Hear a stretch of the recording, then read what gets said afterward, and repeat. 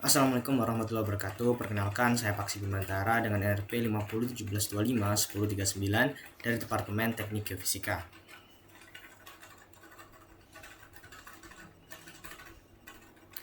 Pada video kali ini, saya akan menjelaskan tentang klasifikasi lapisan interior bumi berdasarkan parameter kimia dan fisika. Seperti ini. Ini adalah gambar yang saya gambar ulang dari file yang diberikan. Oke, interior bumi dapat diklasifikasikan menggunakan dua pendekatan utama, yaitu berdasarkan komposisi kimia dan berdasarkan sifat fisik atau mekaniknya. Kedua klasifikasi ini menggambarkan lapisan yang sama, tetapi dilihat dari aspek yang berbeda. Yang pertama di sini klasifikasi berdasarkan parameter kimia atau compositional layers. Jadi jika bumi diklasifikasikan berdasarkan komposisi kimianya seperti yang ada di sini, maka bumi akan terbagi menjadi 3 lapisan utama, yaitu kerak atau crust, lalu ada mantel, lalu ada inti bumi atau core, seperti itu. Yang pertama adalah kerak. Kerak merupakan lapisan paling luar bumi dan memiliki ketebalan sekitar 8 hingga 75 km. Kerak dibedakan menjadi dua jenis, yaitu ada kerak samudra dan kerak benua. Kerak samudra dengan ketebalan sekitar 5-10 km dan didominasi oleh batuan basaltik. Sedangkan kerak benua ketebalannya itu sekitar 30-75 km dan didominasi oleh batuan granitik. Kerak merupakan lapisan yang paling tipis dibandingkan seluruh bagian bumi, tetapi menjadi tempat berlangsungnya kehidupan dan berbagai proses geologi yang dapat diamati secara langsung. Lalu yang kedua ada mantel. Di bawah kerak terdapat mantel yang merupakan lapisan paling tebal. Mantel membentang dari dasar kerak hingga kedalaman 2.900 km. Mantel tersusun terutama oleh mineral silikat yang kaya magnesium dan besi seperti olivin dan piroksen. Meskipun suhunya sangat tinggi, sebagian besar mantel tetap berada dalam keadaan padat. Namun dalam jangka waktu geologi yang sangat panjang, material mantel dapat mengalir secara perlahan melalui proses konveksi. Arus konveksi mantel inilah yang menjadi salah satu penggerak utama pergerakan lempeng tektonik. Lalu yang terakhir yaitu inti bumi atau core. Lapisan terdalam bumi adalah inti atau core. Secara kimia, inti bumi didominasi oleh unsur besi dan nikel.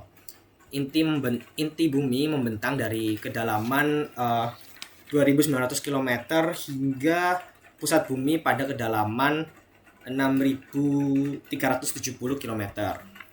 Berdasarkan komposisinya, seluruh bagian ini disebut inti bumi, meskipun secara fisik nantinya akan terbagi menjadi inti luar dan inti dalam. Inti merupakan bagian bumi yang memiliki densitas paling tinggi karena didominasi oleh unsur logam berat. Untuk klasifikasi yang kedua yaitu berdasarkan parameter fisika atau mechanical layers, seperti yang ada di sebelah sini. Tuh.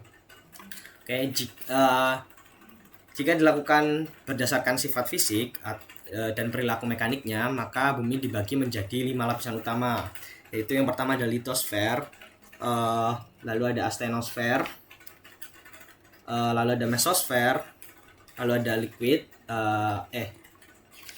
mesosfer, lalu outer core, inti luar, lalu ada inti dalam, inner core, seperti itu.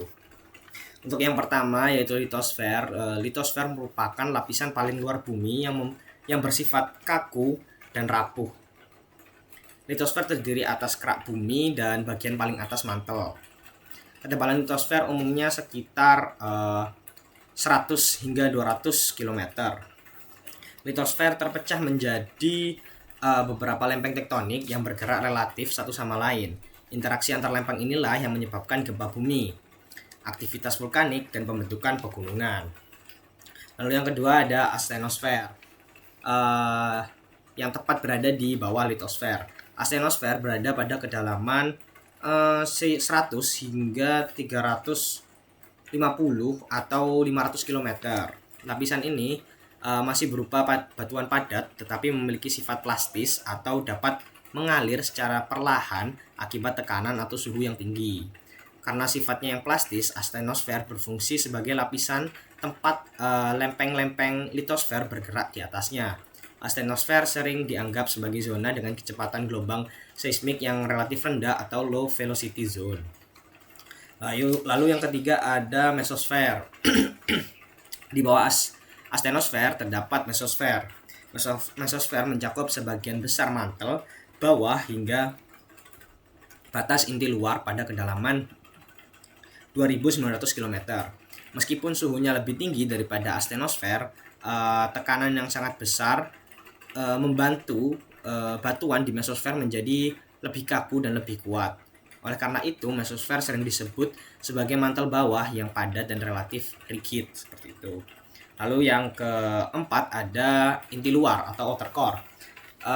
Inti luar berada pada kedalaman sekitar 2.900 km hingga 5.150 km.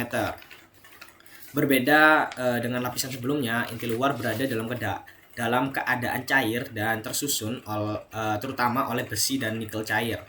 Pergerakan fluida logam cair di inti luar menghasilkan medan magnet bumi melalui proses yang dikenal sebagai geodinamo. Keberadaan inti luar yang cair dibuktikan oleh gelombang seismik es yang tidak dapat merambat melalui material cair. Lalu yang terakhir yaitu inner core atau inti dalam. Inti dalam berada pada kedalaman sekitar 5.150 km hingga 6.370 km, yaitu hingga pusat bumi. Walaupun suhunya sangat tinggi, inti dalam tetap berada dalam keadaan padat karena tekanan yang sangat besar. Komposisinya didominasi oleh besi dan nikel seperti inti luar, tetapi fasenya berbeda karena pengaruh tekanan yang ekstrim. Lalu hubungan antara klasifikasi kimia dan fisika adalah sangat penting untuk dipahami. Kedua klasifikasi ini menggambarkan bumi yang sama tetapi dari sudut pandang yang berbeda. Sebagai contohnya adalah kerak bagian atas mantel membentuk litosfer. Mantel atas yang plastis membentuk astenosfer. Mantel bawah disebut mesosfer. Inti bumi secara fisik terbagi menjadi dua, yaitu inti luar yang cair dan inti dalam yang padat. Dengan demikian, klasifikasi kimia menjelaskan apa material penyusunnya, sedangkan klasifikasi fisika menjelaskan bagaimana perilaku mekanik material tersebut terhadap tekanan dan suhu di dalam bumi. Cukup sekian yang dapat saya sampaikan. Apabila ada salah kata, saya mohon maaf. Saya akhiri. Wassalamualaikum warahmatullahi wabarakatuh.